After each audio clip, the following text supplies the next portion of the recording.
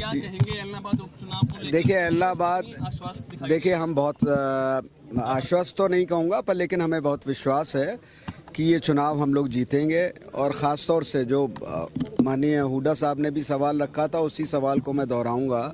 और मैंने पहले भी इस बात को कहा था, बड़ा अटपटा सा लगता है कि माननीय चौटाला जी ने पहले तो इस्तीफ़ा दिया कृषि कानून को लेके उस मुद्दों पे, क्योंकि किसान बहुत आंदोलित थे, उद्वेलित थे, बहुत आक्रोश में थे उन बिलों को लेकर, और इस्तीफ़ा दे दिया। तो ऐसी क्या स्थिति बदल गई, या तो प्रधानमंत्री ने कह दिया हो कि हम कृषि बिल वापस ले लेंगे, और जब ऐसी स्थिति में इसका भी तो जवाब देना कि मैंने इन परिस्थिति में इस्तीफ़ा दिया था, परिस्थितियां बदल गईं, जो मुद्दा था, जिस मुद्दे को लेकर मैंने ये अहद किया था या ये विधानसभा से अपना इस्तीफ़ा दिया था, तो ये चीज़ें हैं, ये आप लोगों को देखनी है, यहाँ के मतदाता को देखनी है। और ख़ास तौर से और बीजेपी के परिप्रेक्ष्य में हम इतना ही कहना चाहेंगे, उनकी जो ख़ास तौर से जो उनका कुशासन है, माननीय हमारे मुख्यमंत्री जी को भी इतना इस तरीके के उनके बोल हैं, उनके वचन हैं कि जनता की भावना को ही आहत करते हैं। कोई मुख्यमंत्री इस तरह हिंसात्मक घटना के लिए, हिंसात्मक उसके लिए घटनाओं के लिए प्रेरक बने, ये कितने अफसोस की बात है। कहीं ना कहीं ये संवैधानिक भावनाओं का के ऊपर प्रहार नहीं है कि मुख्यमंत्री इस तरीके के वाक्य बोलते हैं, चाहे वो कोविड के वाक्य हो, जो इतना इस तरीके से अपने शब्दों में जो उसे ये नहीं पता हो कि क्या शब्द कहाँ इस्तेमाल करने हैं, वो मुख्यमंत्री के लायक है।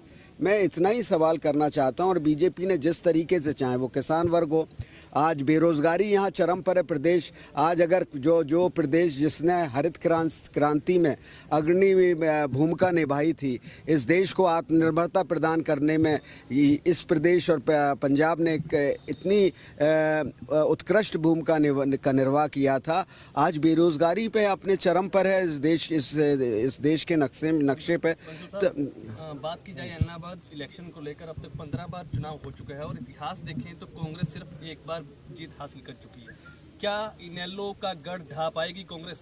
देखिए परिस्थितियां बदलती हैं चुनाव में कोई एक यूनिफॉर्म पैटर्न नहीं रहता है। बड़े से बड़े चुनाव ऐसे 1 मिनट में धाराशायी हो जाते हैं जो दिग्गज होते हैं। और हम यही आपको कहने आए हैं, यहाँ कांग्रेस पूरी तरीके से, कांग्रेस का शीर्ष नेतृत्व, कांग्रेस के सब नेता, कांग्रेस का कार्यकर्ता एकजुट है और यहाँ पूरी तरीके से जो उससे अपेक्षा है उस कार्य को करेगा और कांग्रेस का परचम यहाँ लहराएगा। भूरत विधायक हैं भरत सिंह बेनीवाल नाराज दिखाई दे रहे हैं टिकट नहीं मिलने की वजह से। देखिए नाराज़गी स्वाभाविक होती है, जब किसी पद की आदमी अपेक्षा करता है या किसी भी स्थान की और नहीं मिलता है, तो अस्थायी रूप से नाराज़गी स्वाभाविक है, क्षणिक होती है। वो उसको हम लोग उस मसले से भी हमें पूर्ण रूप से विश्वास है कि पवन जी और यहाँ का जो कांग्रेस परिवार है और हमारे जो नेता हैं, दोनों यहाँ पर हैं, ये उसे सुलझवाएंगे और वो हमारे प्रत्याशी के साथ लगने की पूरी संभावना। सर आपसे एक सवाल है कि जिस लड़ाई को आप लड़ रहे हैं बीजेपी के खिलाफ, उन्हीं से ही सैनिक लेकर के युद्ध में उनके खिलाफ उतार रहे हैं, ऐसा बीजेपी भी बोल रही है और इनेलो भी। देखिए बीजेपी को तो ये शोभा नहीं देता। बीजेपी तो हमारे कितने प्रत्याशियों को लेके जा रही है, चारों तरफ लेके जा रही है, तो वो अगर कोई बोले तो उनको शोभा नहीं देता। और देखिए राजनीति है, राजनीति में बहुत सी चीज़ें होती हैं, बहुत से, और जैसा कि कहा इन्होंने, पवन जी ने किसानों के साथ अपनी संबद्धता दिखाई थी और तब इन्होंने अपना इस्तीफ़ा दिया था जब किसान आंदोलन का शुरुआत हुई थी। तो जिस मुद्दे को लेके इन्होंने की, आज भी उस मुद्दे के साथ हैं और इन्हें ये महसूस हुआ कि कांग्रेस पार्टी इस मुद्दे पे अग्रणी लड़ाई हमारे नेता राहुल गांधी और प्रियंका गांधी के नेतृत्व में लड़ रही है।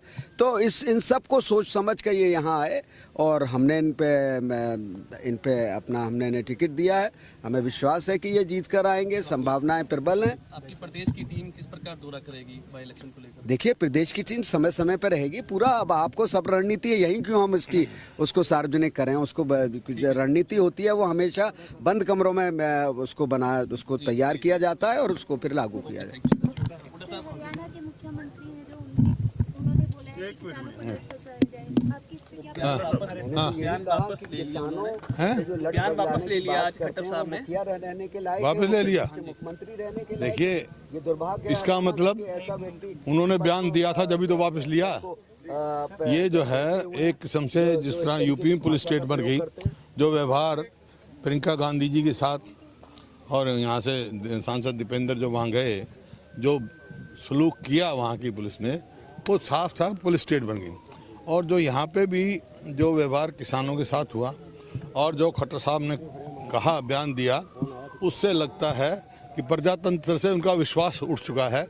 जब भी तो कहा उन्होंने बयान दिया, लठ उठा लो, तो मैं ये तो नहीं कहने आया हूँ आज लठ उठा लो, लेकिन मैं ये कहने आया हूँ ऐसे बयान देने वालों को वोट की चोट से मारेंगे मतदाता। वोट की चोट बहुत ज़बरदस्त होती है।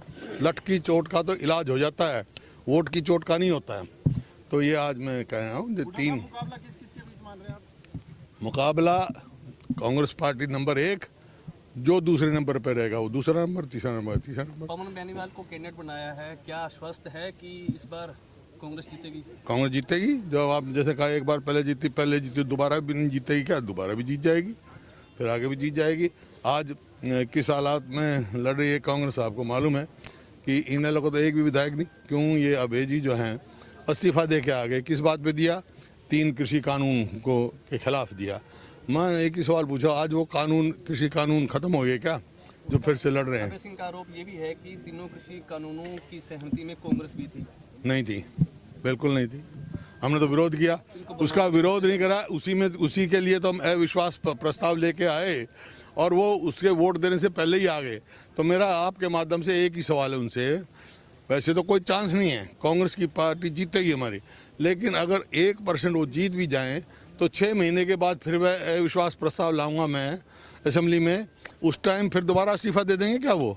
सर, एकजुटता रहेगी या फिर जींद के तरीके से कांग्रेस एक है, कांटा निकलता हुआ दिखाई? कांग्रेस एक है, कांटा तो इनका निकालना है। जी मैडम, क्या रणनीति रहेगी?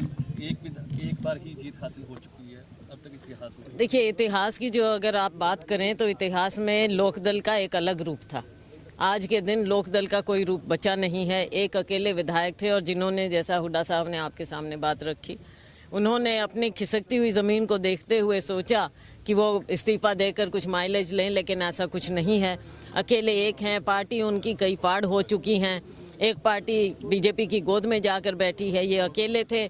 इनको सदन में लड़ने का बहुत अच्छा सुनहरा मौका था और आज फिर से ये लेना चाहते हैं, फिर सदन में पहुंचना चाहते हैं। जनता को पूछना चाहिए कि ये चुनाव एलनाबाद के लोगों पर क्यों थोपा गया। असली बात तो ये है, आज उनका चुनाव लड़ने का कोई औचित्य नहीं समझ में आ रहा। जी, भरत सिंह बेनीवाल कह रहे हैं कि कांग्रेस पार्टी ने मेरे देखी कि 35। देखो, ऐसा है, उनकी देखी भी बहुत बार हुई है और हम सब, मैं तो पहले कह, मैं क्या हुड्डा साहब, मैं, हम सब हैं भाई, पार्टी फैसला करती है टिकट का। कई बार हमारे को मिली, हमारे को नहीं भी मिली, लेकिन थोड़ी निराशा हो सकती है। निराशा का कोई मतलब नहीं, नाराजगी नहीं होती है। ठीक है, सब क्यों नहीं, हमारे साथ ही हैं दावेदार और भी रहे और सभी दावेदार हैं। सबको, कांग्रेस पार्टी के सिपाही हैं, सब पार्टी में काम करेंगे, कांग्रेस को जिताएंगे।